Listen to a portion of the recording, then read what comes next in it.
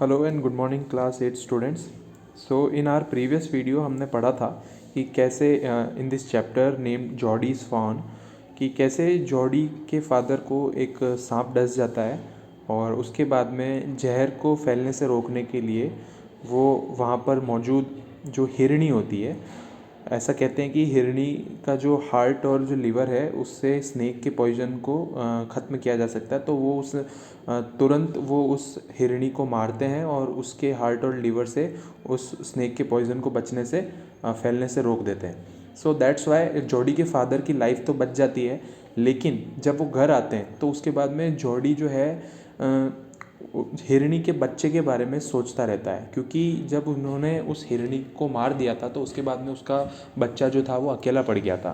So Jody could not help but thinking about that fawn who was wandered alone without his mother.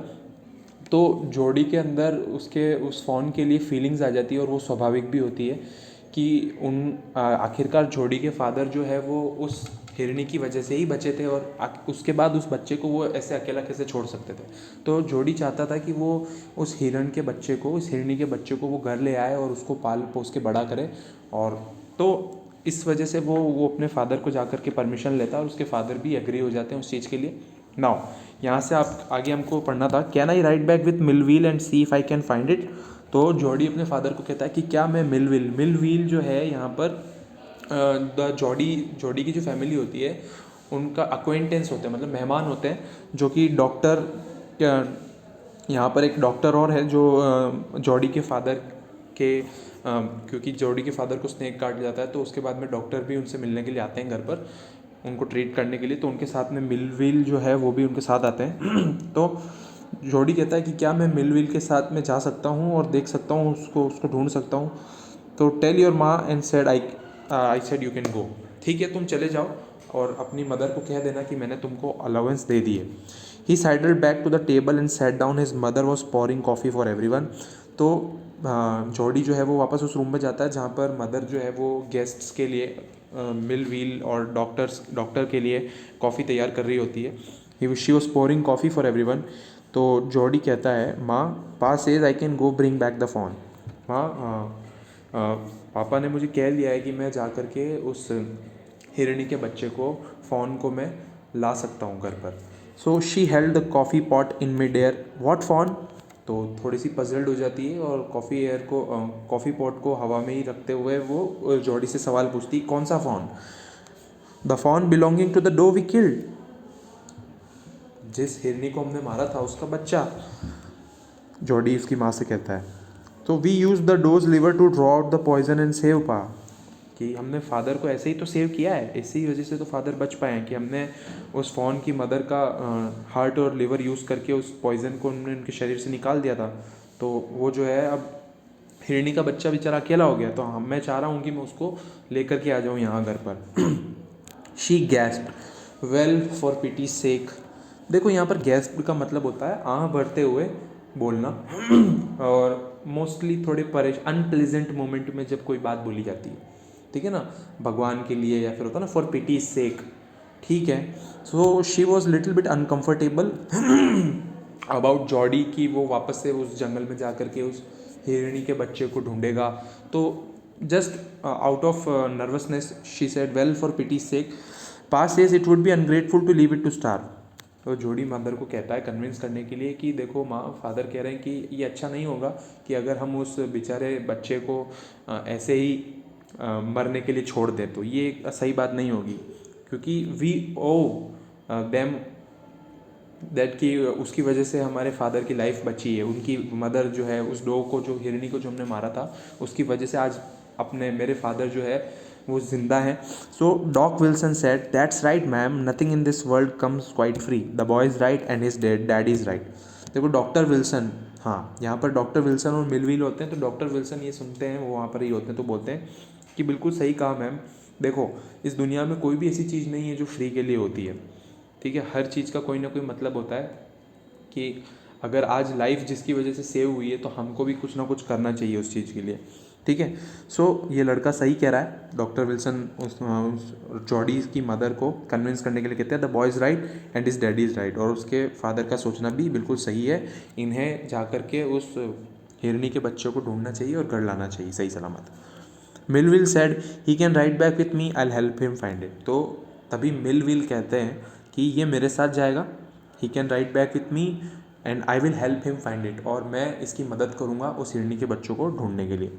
She said down the pot helplessly, but what a mother could do now, can do, कि अब धर्म संकट है और ये चीज़ तो क्या है आखिरकार, धर्म संकट तो क्या है, वो उनका एक धर्म बनता है उस हिरनी के बच्चे के प्रति, उस हिरनी के प्रति कि कम से कम उसकी ज़िंदगी जब उन्होंने उसकी जान ली है तो उसके बाद में उसके बच्चे की देखभाल करना उनका फ़र्ज बनता है। So well if you will give it your milk we got nothing else to feed it. तो मिल जो है उस मदर को कहते हैं, जॉडी की मदर को कहते हैं कि अगर आप ये if you give it your milk, अगर ये मिल्क जो है जॉडी का जो मिल्क है अगर आप हमें दे दो तो we got nothing else to feed it, तो हमें उसे खिलाने के लिए किसी और चीज़ की ज़रूरत नहीं है। Millwheel said come on boy we got to get riding. तो मिलविल जॉडी को कहते हैं कि चलो अब हमें चलना चाहिए, come on boy let's get started और we have got to get riding, अब हमें चलना चाहिए।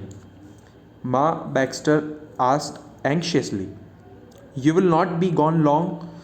तो ये माँ बैक्स्टर जो है, Ma is the mother of Jody, Baxter is her surname, Baxter family है ये, जॉडी के फादर उसकी मदर, ठीक है। तो मदर जो है वो जॉडी को थोड़ा एंग्शियसली मतलब चिंताजनक रूप से पूछती है कि तुम्हें ज़्यादा देर तो नहीं लगेगी ना, you will not be gone long. Jordi said I will be back before dinner for sure. Jordi कहता है कि मैं रात के खाने से पहले पक्का वापस आ जाऊँगा, don't you worry. Now, Millville mounted his horse and pulled Jody up behind him. As you can see in this picture here, that Millville mounted his horse and pulled Jody up behind him. तो वो घोड़े पर बैठकर सवार हो गए और Jordi को उन्होंने बिठा लिया। He said to Millville, "Do you think the fawn's still there? Will you help me find him?" तो रास्ते में थोड़ा आगे जाने के बाद में जॉडी जो है मिलविल से क्वेश्चन करता है कि तुम्हें लगता है कि वो हिरनी का बच्चा अभी भी वहाँ होगा, क्या आप मेरी मदद करोगे उसे ढूंढने के लिए? We will find him if he is alive, how you know it's a he. तो वो मिलविल उसके जवाब में कहता है कि हाँ हम उसे ढूंढ लेंगे, अगर वो ज़िंदा होगा तो वो हमें मिल जाएगा, कोई दिक्कत की बात नहीं है। तो जॉडी कहता है कि आपको कैसे मालूम है कि वो ही है, शी नहीं। नाउ इसके आंसर में मिलविल कहते हैं the spots were all in line on a doe fawn passes the spots are every which way. मैं ऐसे कह सकता हूँ कि वो मेल है, फीमेल नहीं, क्योंकि उसके जो धब्बे थे, स्पॉट्स जो थे वो सब लाइन में थे, ठीक है। और उस irrespective of the male, female में क्या होता है कि तुम्हारे फादर ने मुझे बोला है कि स्पॉट्स जो थे वो are every which way, every which way का मतलब होता है इन डिफरेंट डायरेक्शन। फीमेल के स्पॉट्स जो होते हैं वो डिफरेंट डायरेक्शन में होते हैं, बल्कि मेल फॉन का जो स्पॉट्स होते हैं वो स्ट्रेट होते हैं, इन अ लाइन होते हैं, ठीक है। Now part 2, Jody give himself over to thoughts of the fawn, they pass the abandon clearing. Now अब Jody could not help but once again he started thinking about the fawn, उसी हिरनी के बच्चे के बारे में वो सोच रहा था, और ऐसे सोचते सोचते वो दोनों जो है वो उस अबैंडन क्लियरिंग मतलब जंगल की तरफ थोड़ा और आगे बढ़ जाते हैं। Now he said cut to the north Millwheel, it was up here that Pa got bitten by the snake and killed the doe and I saw the fawn. तो जॉडी जो है वो मिलविल को रास्ता बताते हुए कहता है कि फादर ने कहा था कि नॉर्थ की तरफ मुड़ जाते हैं, और यहीं पर ऊपर की तरफ नॉर्थ साइड में फादर को सांप ने काटा था और वहीं पर हमने उस हिरनी को मारा था और उस हिरनी के बच्चे को देखा था। Suddenly Jody was unwilling to have Millwheel with him, if the fawn was dead और could not be found he could not have his disappointed seen. अब सडनली क्या करता है कि जॉडी के दिमाग में एक बात आती है, और वो ये होती है कि वो नहीं चाहता कि मिलविल जो है अब आगे के रास्ते उसके साथ में जाए। क्यों? क्योंकि अगर वो हिरनी का बच्चा मर गया है और नहीं मिलता है तो वो अपनी निराशा उसके सामने व्यक्त नहीं कर पाएगा, मिलविल के सामने शो नहीं कर पाएगा। And if the fawn was there the meeting would be so lovely and so secret that he could not endure to share it. और अगर वो फ़ोन वहाँ होता है अलाइव, तो उन दोनों की जो मीटिंग होगी जॉडी और फ़ोन की, वो इतनी प्यारी होगी और इतनी सीक्रेट होनी चाहिए कि वो उस चीज़ को भी किसी के साथ शेयर नहीं करना चाह रहा था, कि वो ये फीलिंग है किसी सेकंड पर्सन के साथ शेयर ना करे। इसलिए Jody wanted Millwheel to go. Now he said it's not far now but the scrub is very thick for a horse, I can make it on foot. तो ये सोच करके जॉडी जो है मिलविल को कहता है कि अब ज़्यादा दूर नहीं है यहाँ से, और एक घोड़े के लिए ये झाड़ियाँ, स्क्रब का मतलब क्या है, झाड़ियाँ, ये झाड़ियाँ बहुत ज़्यादा घनी हैं, तो जो घोड़े को यहाँ से आगे जाने में काफ़ी दिक्कत होगी। अब यहाँ से आगे मैं ऑन फुट ही चला जाता हूँ। But I am afraid to leave you boy, suppose you got lost और got bitten by the snake too. लेकिन मैं तुम्हें ऐसे अकेले नहीं छोड़ सकता हूँ जॉडी, क्योंकि अगर मैंने तुम्हें अकेला छोड़ दिया और अगर कहीं तुम गुम गए या फिर क्या पता तुम्हें भी किसी सांप ने काट लिया, तो फिर हम क्या करेंगे। I will take care, it might take me a long time to find the fawn if he is wandered. अब जॉडी क्या कहता है कि अरे मैं अपना ख्याल रख लूँगा, और हो सकता है शायद मुझे काफ़ी वक्त लगे फ़ोन को ढूंढने में, तो अगर वो इधर उधर भटक रहा है तो हो सकता है मुझे ज़्यादा वक्त लग सकता है। Leave me off right here, तुम मुझे यहीं छोड़ दो। All right but you take it easy now, you know north here and east. तो वो कहता है चलो ठीक है, तुम यहाँ से थोड़ा संभल कर जाना, पर तुम्हें नॉर्थ का पता है, यहाँ से नॉर्थ और ईस्ट किस डायरेक्शन में है। तो ऐसा कहते हुए मिलविल उसको डायरेक्शन बताता है, देयर एंड देयर, देखो यहाँ देखो, इस जगह पर देखो, that tall pine makes a bearing. Tall pine, pine का मतलब क्या होता है, जो नारियल का जो पेड़ होता है ना, उसको पाइन बोलते हैं। That tall pine makes a bearing, makes a bearing का मतलब होता है act as a compass and helps to identify direction, कि ये लंबा जो है, जो नारियल का जो पेड़ है, इससे तुम्हें जो दिशा को भटकने में कोई दिक्कत नहीं होगी, इससे तुम्हें दिशा ध्यान रह जाएगी।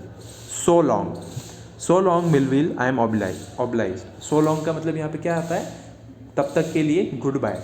तो मिलविल उसको गुड बाय बोलता है, और वो भी कहता है कि okay Millwheel, goodbye till we meet again, जब तक हम वापस नहीं मिलते तब तक के लिए गुड बाय। और I am obliged, I am happy and I am very thankful for you. Oblige का मतलब क्या है, मैं बहुत शुक्रगुजार हूँ कि तुमने यहाँ तक मेरी हेल्प करी, thank you so much. He waited for the sound of the hooves to and then cut to the right. अब जॉडी जो है वो हूव्स की साउंड को लास्ट तक, he waited for the hooves to and. ये hooves की sound क्या होती है, घोड़े की जो घोड़ा जब भागता है तो उसके जो पैरों की जो आवाज़ होती है उसको हूव्स बोलते हैं। तो उस आवाज़ को ख़त्म होने तक जॉडी इंतज़ार कर रहा था, और जब वो आवाज़ ख़त्म हुई तो वो वहाँ से राइट की तरफ चला गया। द स्क्रब वॉज स्टिल, झाड़ियाँ अभी भी थी। Only his own crackling of twigs sounded across the silence. लेकिन अब सिर्फ क्रैकलिंग ऑफ ट्विग्स मतलब छोटी छोटी जो टहनियाँ होती है जो उसके पाँव के नीचे आ रही थी झाड़ियों की, सिर्फ उन्हीं की आवाज़ जो है वो इस सन्नाटे में उस जॉडी को सुनाई दे रही थी। So he wondered for an instant if he had mistaken his direction. तो अब झाड़ियाँ इतनी घनी थी और वक्त भी थोड़ा धीरे धीरे अंधेरे का हो रहा था, तो अब जॉडी जो है वो एक पल उसको बिल्कुल ऐसा महसूस हुआ कि कहीं वो उसकी दिशा भटक तो नहीं गया है। ओके स्टूडेंट्स, सो यहाँ तक दैट्स ऑल फॉर टुडे। यहाँ से आगे हम नेक्स्ट वीडियो में कंटिन्यू करेंगे। Thank you so much for listening.